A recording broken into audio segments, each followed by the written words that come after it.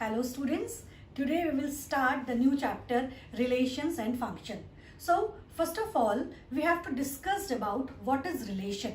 In our daily life, we come across so many relations such as daughter and mother, son and father, teacher and student is also a relation. But in the mathematical language, we come across so many examples such as if there is a line L and there is a line M. L may be perpendicular to M, L may be parallel to M, L M पर perpendicular भी हो सकती है, L और M parallel भी हो सकते हैं. So what we have to notice? We noticed that in relations always two objects are required. कि relation हमेशा दो objects में होता है. Got it children?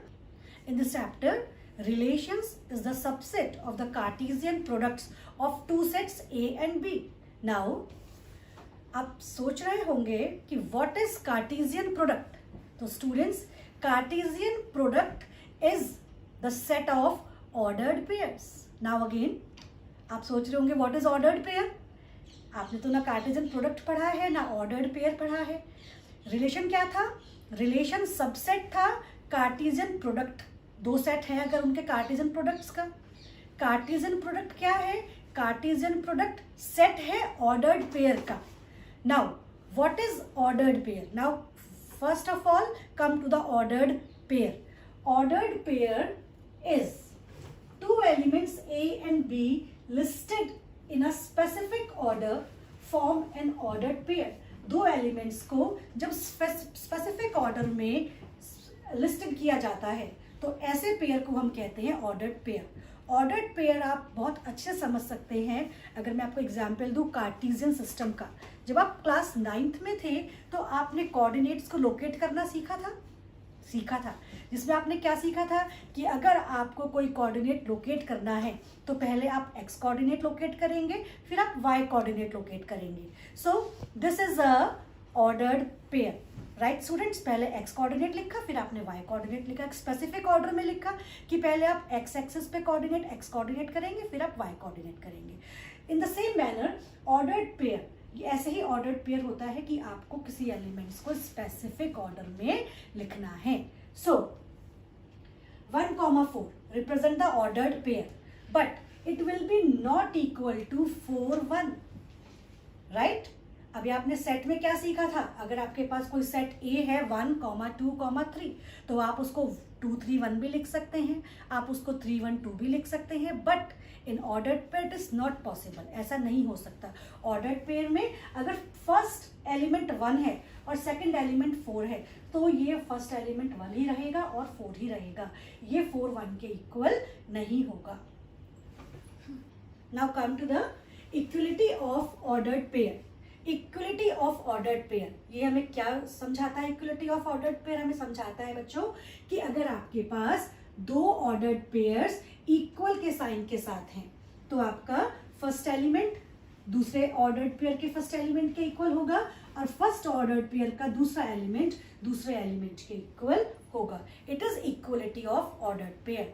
अगर आपके पास दो ऑर्डर्ड पेयर्स हैं इक्वल साइन के साथ तो पहला एलिमेंट पहले एलिमेंट के इक्वल और सेकंड एलिमेंट सेकंड एलिमेंट के इक्वल होता है. Now come to Cartesian product of set. Cartesian product of sets कैसे हम फाइंड करते हैं? सबसे पहले इसकी डेफिनेशन देखते हैं. If A and B are two non-empty sets, आपके पास दो सेट्स हैं A and B and both are non-empty, then the set of all ordered pair A B such that A belongs to A and B belongs to B. A belongs to A कहने का मतलब है कि आपके ordered pair का जो first element है वो A सेट से बिलोंग करना चाहिए और आपके पास आपके ऑर्डर्ड पेयर का जो सेकंड एलिमेंट है वो सेकंड सेट से बिलोंग करना चाहिए. तो ऐसे ऑर्डर्ड पेयर के सेट को हम कहते हैं कार्टेशियन प्रोडक्ट. राइट, इसको डिनोट कैसे करते हैं? A cross B. कैसे बोलते हैं इसको? A cross B.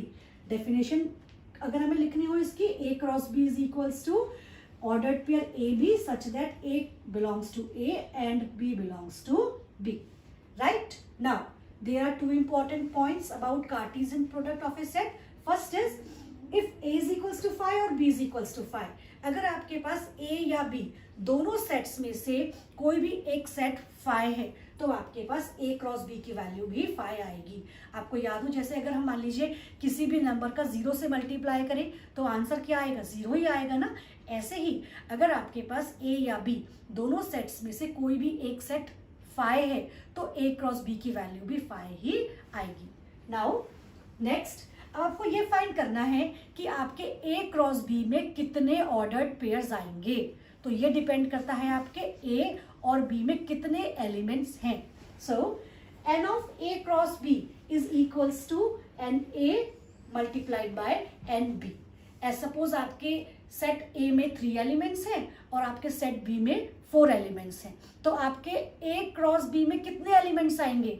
So there are 3 4 12 ordered pairs are in A cross B.